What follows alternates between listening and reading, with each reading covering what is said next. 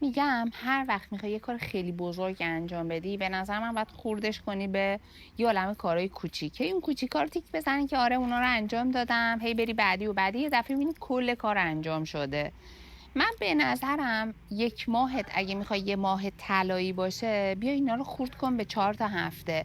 پس جمعه ها واسه یه تعطیلی ساده نیست، یه شروع واسه هفته سال فکر کنم 98 بود شروع کردم که به کار کردن. همزمان که درسم میخوندم واقعا حجم کارا زیاد بود، هم کار بود هم درس بود. بعد یادمه که اون سالا کارامو تو ورق می نوشتم جدا جدا. ولی همون زمان از پیج خانم کاکاون، یعنی واقعا مونا کاکاون، یه الگوه واسه این که بتونی یه انسان منظم بشی که برسی به هر چیزی که دلت میخواد. از اون سال یاد گرفتم پلنر داشته باشم و واقعا یه چیز جالبی که هست اینه که میام پلنرهای اون سالا رو میخونم میبینم چقدر قشنگ و دقیق تمام کارام نوشتم و حتی یه بخشی از اون صفحه رو میام حسم رو تو اون روز راجع به زندگی می نوشتم و وقتی میخونم میبینم که وای نگاه کن سر این دلنگرانی ها رو داشتی و الان رفته و الان یه چیز خیلی خوب داری. نگاه کنین از اون زمان شروع کردم به پلنر نوشتم. من جمعه هفته پیش رفتم و یه پلنر جدید گرفتم. چرا؟ چون انقدر که می نویسم توش زود تموم میشه. به خودم یه قول دادم، گفتم خب من که همیشه تو پلنرم همه چی می نوشتم ولی این دفعه باید تمام خرج کردم و دقیق بنویسم.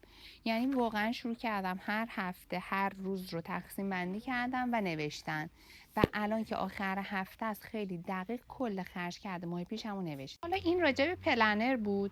من اصلا به خودم یه قول دادم، گفتم هر هفته صبح جمعه رو میشینم فقط به نظافت، تمیزی، مرتب کردن، یعنی کل زندگیمو یه خونه تکونی میکنم.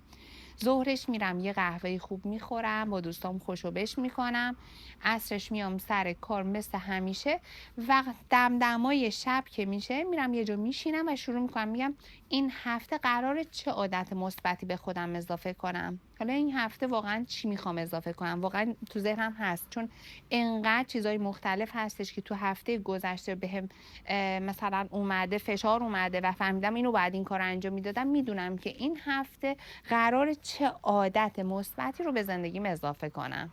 من میخوام توی کپشن عادت مثبتی رو که این هفته میخوام به خودم اضافه کنم رو برات بنویسم. تو بنویس چه عادتهای ریز ریز و خورد خوردی هستش که وقتی همه رو کم کم هر هفته به خودت اضافه بکنی احساس میکنی که در برآینده ماه یه آدم موفق بودی.